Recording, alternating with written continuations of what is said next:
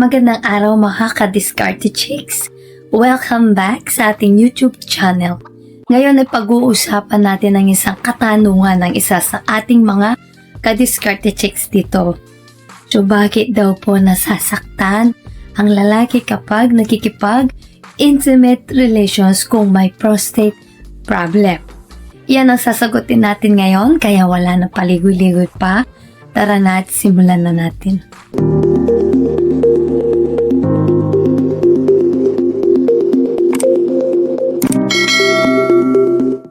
Disclaimer po, ang video na ito ay para lamang sa educational na layunin at hindi kapalit ng professional na medical na payo. Kung ikaw ay may nararamdamang sintomas o problema sa kalusugan, mahalaga na kumonsulta po sa isang kwalipikadong doktor o healthcare professional para sa tamang diagnosis o paggamot.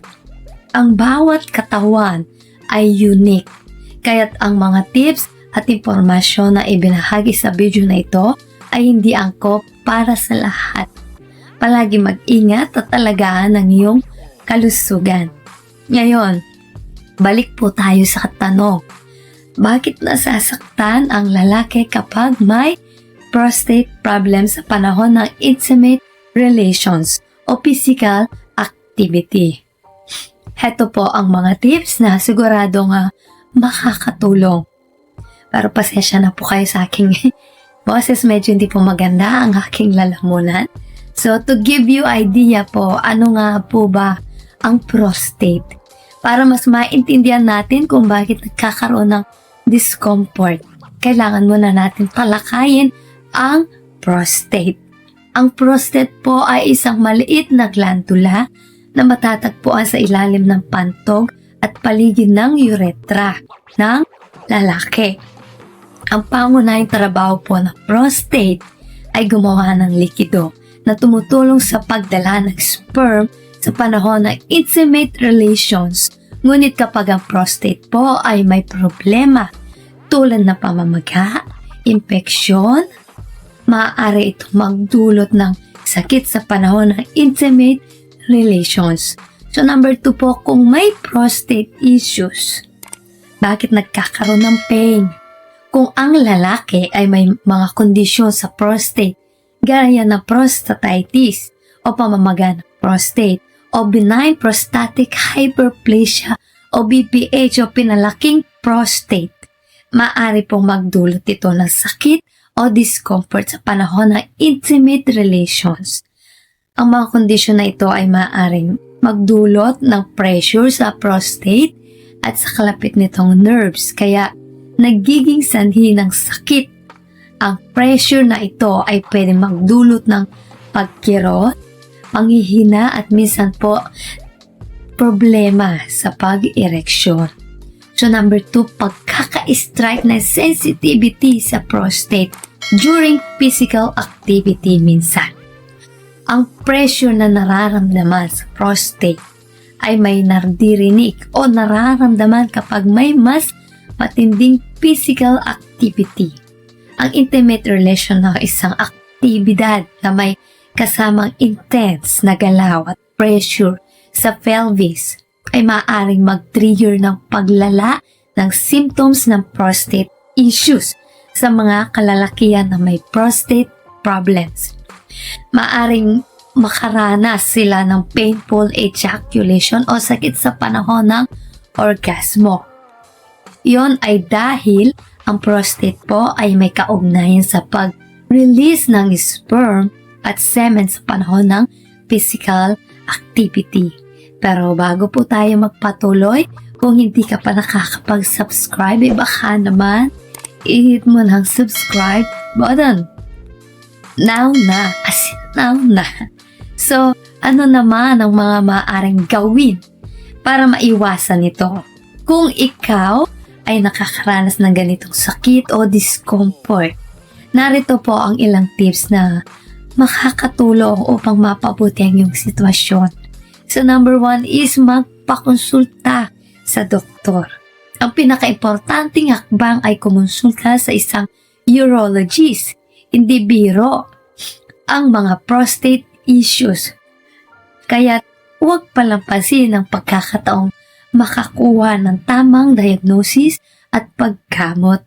Number 2, regular na ehersisyo at malusog na pagkain. Ang pagiging malusog at physically active ay makakatulong sa kalusugan ng prostate. Kumain ng masusustansyang pagkain at siguraduhing regular ang pag-ehersisyo. Number 2, pag-iwas sa mga irritants. Kung may prostate issues, magandang iwasan ang mga bagay na maaaring magpalala ng sintomas. Ilan dito ay ang labis na pag-inom ng alak, pagkain ng matatamis o maging ang stress na maaaring magpalala ng kondisyon ng prostate. So number 4 is paggamit ng tamang posisyon. Ang ilang mga posisyon sa intimate relations ay maaaring magdulot ng mas kaunting pressure sa prostate. Kaya't mag-eksperimento at alamin kung alin ang pinaka-komportable. So, ano kaya ang mga pagkain makakatulong sa prostate health? Kung nais mapabuti ang kalusugan ng prostate, ang pagkain ay may malaking bahagi. Narito po ang ilang mga pagkain na makakatulong. Number 1 is tomatoes o kamatis. Ang kamatis po ay may mataas na lycopene, isang antioxidant na tumutulong sa pagpipigil ng cancer sa prostate. Maganda itong ihalo sa mga pagkain may healthy fats tulad po ng olive oil. So number 2 is berries, tulad po ng strawberries or blueberries. Ang mga berries ay may mataas na anthocyanins na may anti-inflammatory properties at nakakatulong po sa kalusugan ng prostate. So number 3 is green tea. Ang green tea po ay puno ng antioxidants na makakatulong sa pag-regulate ng hormone levels at pagpapabuti ng prostate health. Number 4 is nuts, tulad po ng almonds o walnuts. Ang mga nuts ay rich sa healthy fats at may mga anti-inflammatory compounds na tumutulong sa kalusugan ng prostate. So number 5 is fatty fish, tulad po ng salmon, sardinas or mackerel. Ang mga isdang mayaman sa omega-3 fatty acids ay nakakatulong sa pagpapababa ng inflammation sa prostate. Pero bago po tayo magpatuloy, kung hindi ka pa nakakapag-subscribe, baka naman i-hit mo ng subscribe button. Now na. Guys, kung may mga pagkain dapat kainin, so ano naman ang mga pagkain dapat iwasan kung nais mapanatiling malusog ang prostate? So number 1 is red meat, tulad po ng karne ng baka o baboy. Ang mga pagkain mataas sa saturated fats ay maaaring magpataas ng panganib ng prostate issues. Kung maaari, iwasan po ang sobrang pagkain ng red meat. So number 2 is processed foods, tulad po ng hot dogs, bacons, or canned goods. Ang mga pagkain mataas sa preservatives at additives ay hindi maganda para sa kalusugan ng prostate at maaaring magdulot ng pamamaga. So number 3 po is dairy products, tulad po ng gatas, kesong puti or butter. Ang mga produktong gawa sa gatas ay maaaring magpalala ng mga symptoms ng prostate issues sa ilang mga lalaki. Kahit iwasan ang sobrang pag-inom ng gatas at pagkain ng cheese. So number 4 po is alcohol. Ang sobrang pag-inom ng alak ay maaaring magdulot po ng dehydration at magpalala ng prostate symptoms. Mas mainam na iwasan ang labis na pag-inom. Mga kadiskarte chicks, naway nakatulong po ang ating usapan ngayon tungkol sa prostate health at kung paano ito makakaapekto sa karanasan ng mga lalaki sa pagkikipagtalik. Huwag kalimutan na palagi ang alagaan ng ating kalusugan at mag-ingat po sa mga sintomas na hindi normal.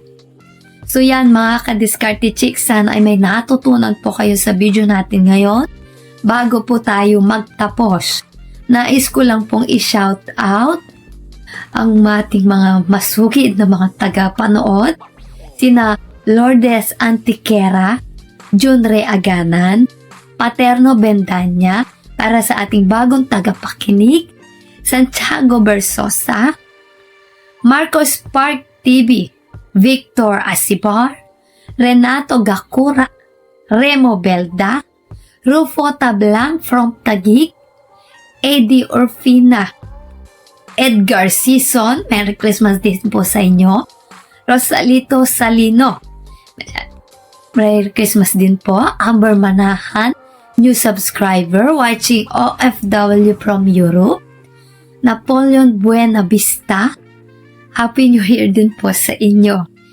Shout out sa inyong mag-asawa, lalo na sa Isabela mula sa Antipolo City, Joel Ubal, Sho ML, at kay Sky Walker. Maraming salamat po sa suporta at panonood mga ka-Diskarte Chicks. Kung may tanong pa kayo, i-comment nyo lang po at sasagutin natin yan sa next video. Nagustuhan mo ba ang video na ito? Huwag kalimutang i-like at i-share para makatulong din po sa iba at syempre, subscribe na rin para updated ka palagi sa mga ganitong usapan. Ingat kayo palagi mga ka-Diskarte Chicks, tandaan, mahalaga ang kalusugan. Kaya't alagaan natin ang ating mga sarili at mahal sa buhay. Kita-kits sa susunod nating kwentuhan. Let's spread love.